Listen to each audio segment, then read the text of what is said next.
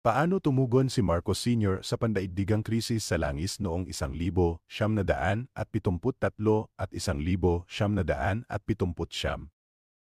Paano kung ang digmaan sa gitnang silangan ay magdulot ng biglang pagtaas ng presyo ng gasolina dito sa Pilipinas? Paano kung ang problema na nangyari libong kilometro ang layo ay mauwi sa mas mahal na pamasahe, mas mahal na bilihin, at mas mabigat na buhay para sa karaniwang Pilipino? Sa gitna ng pagbulusok pataas ng presyo ng langis na iyon, dahil sa tensyon sa gitnang silangan, may isang nakakagulat na paalala ang kasaysayan. Nangyari na ito dati. At ang namumuno ng Pilipinas noon ay si Ferdinand Marcos Sr., ama ng kasalukuyang Pangulo na si Ferdinand Marcos Jr. Noong 1973 at 1979, naapektuhan ang mundo ng dalawang malaking krisis sa langis. At dahil sobrang nakadepende ang Pilipinas sa imported na langis, napilitan ang gobyerno noon na magpatupad ng mahihigpit na pagtitipid ng enerhiya sa buong bansa. Paano ba nangyari ito? Nagsimula ang unang krisis sa langis noong Oktubre 1973. May digmaan noon sa gitnang silangan, ang Yom Kippur War.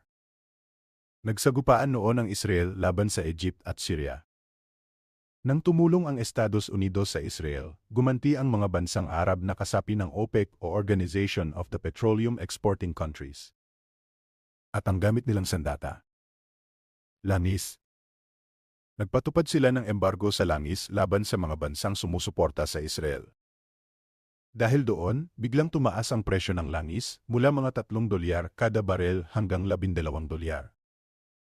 Ngayon, sobrang delikado nito para sa Pilipinas. Bakit? Dahil noong panahong iyon, higit 70% ng energy supply ng bansa ay galing sa imported na langis at karamihan nito ay mula sa gitnang silangan mismo. Kaya nang tumaas ang presyo at humigpit ang supply, ramdam agad dito sa atin ang mga epekto. May kakulangan sa langis. Humaba ang pila sa mga estasyon ng gasolina, lumaki ang inflation, at naapektuhan pati negosyo, agrikultura at industriya. Sa madaling salita, isang international na crisis day nang naging direktang problema ng mga Pilipino. Paano sumagot si Marcos Sr.? Bilang tugon, nagpatupad ang gobyerno ni Marcos Sr. ng sunod-sunod na hakbang. Una, itinaas ang buwis sa gasolina, diesel, at langis sa ilalim ng Presidential Decree 314 na. Ayon sa gobyerno noon, bahagi ito ng patakaran sa pagtitipid ng langis. Ngunit isa sa pinakamatinding hakbang ay ito. 4-day workweek sa gobyerno. Sa ilalim ng General Order No. 40, binawasan ang pasok ng mga government office mula Nobyembre 1973 hanggang Abril 1974 para makatipid sa enerhiya. Isipin mo yon, binawasan ang pasok hindi dahil holiday, kundi dahil sa krisis sa langis. Tapos, noong Nobyembre 1973, itinatag din ang Philippine National Oil Company. Ang layunin ng Philippine National Oil Company ay tiyakin na may sapat at stable na supply ng langis para sa bansa. Ngunit hindi lang iyon, kasama rin sa trabaho nito ang pag-unlad ng lokal na pinagkukunan ng enerhiya para hindi puro imported na langis ang inaasahan ng Pilipinas. Kaya malinaw ang mensahe ng gobyerno noon. Kung ang langis ang nagpapaibayo sa ekonomiya, hindi pwedeng pabayaan lang ito sa kamay ng pandaigdigang merkado. Ang pangalawang krisis sa langis noong 1979. Akala ng marami, tapos na ang problema pagkatapos ng nangyari noong 1973. Ngunit noong 1979, tinamaan ulit ang mundo ng panibagong krisis sa langis. Sa pagkakataong ito, ang dahilan ay ang Iranian Revolution. Nagkaroon ng malaking politikal na kaguluhan sa Iran, isa sa pinakamalalaking tagapadala ng langis sa mundo.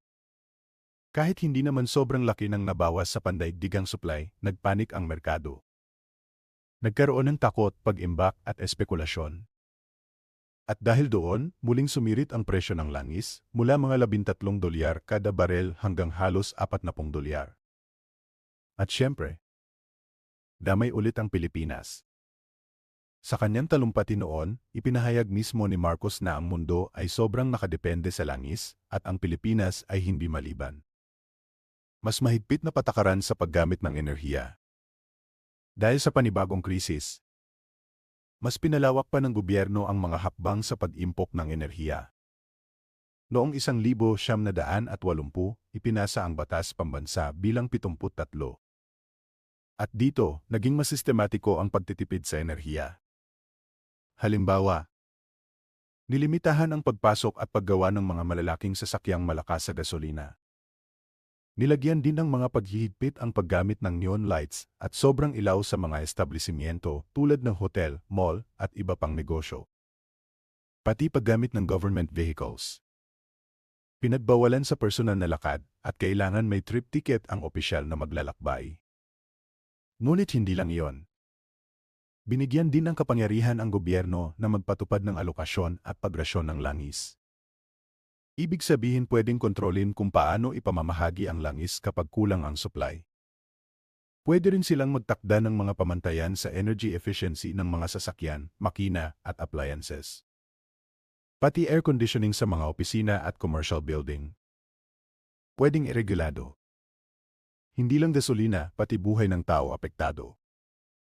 Ang mas matindi, binigyan din ng malawak na kapangyarihan ang iba't ibang ministry noon. Ang Ministry of Labor pwedeng mag-compress ng workweek o magpalit ng office hours. Ang Ministry of Education pwedeng mag-adjust ng class schedule para maiwasan ang rush hour at makatipid sa enerhiya. Ang Ministry of Trade pwedeng magtakda ng mga operating hours ng non-essential na negosyo. At ang Ministry of Transportation and Communications pwedeng magpatupad ng carless days, carpooling, mga paghihigpit sa rush hour driving, at kahit limitahan pa ang dami ng bagong sasakyan na may rehistro. Sa madaling salita, hindi lang ito simpleng magtipid tayo sa kuryente. Ito ay isang pangmalawakan na pagregula sa paraan ng pagtatrabaho, pagbibiyahe, at pang-araw-araw na pamumuhay ng mga tao. Ang katapusan ng krisis. Humupa rin ang dalawang krisis sa langis nang pumasok ang unang mga taon ng dekada 80. Ngunit malinaw ang iniwang aral. Kapag sobrang nakadepende ang isang bansa sa imported na langis, sapat na ang kabuluhan sa gitnang silangan para maapektuhan ang buong ekonomiya nito. At iyan ang dahilan kung bakit relevant pa rin ang kasaysayang ito ngayon. Dahil habang humaharap si Marcos Jr. sa panibagong krisis sa presyo ng langis dulot ng tensyon sa gitnang silangan, bumabalik ang parehong tanong. Hanggang kailan mananatiling susceptible ang Pilipinas sa mga krisis na nanggagaling sa labas ng bansa? Dahil gaya ng ipinakita noong 1973 at 1979,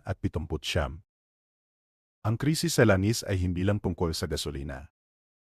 Tungkol ito sa ekonomiya, sa gobyerno, at sa araw-araw na buhay ng bawat Pilipino.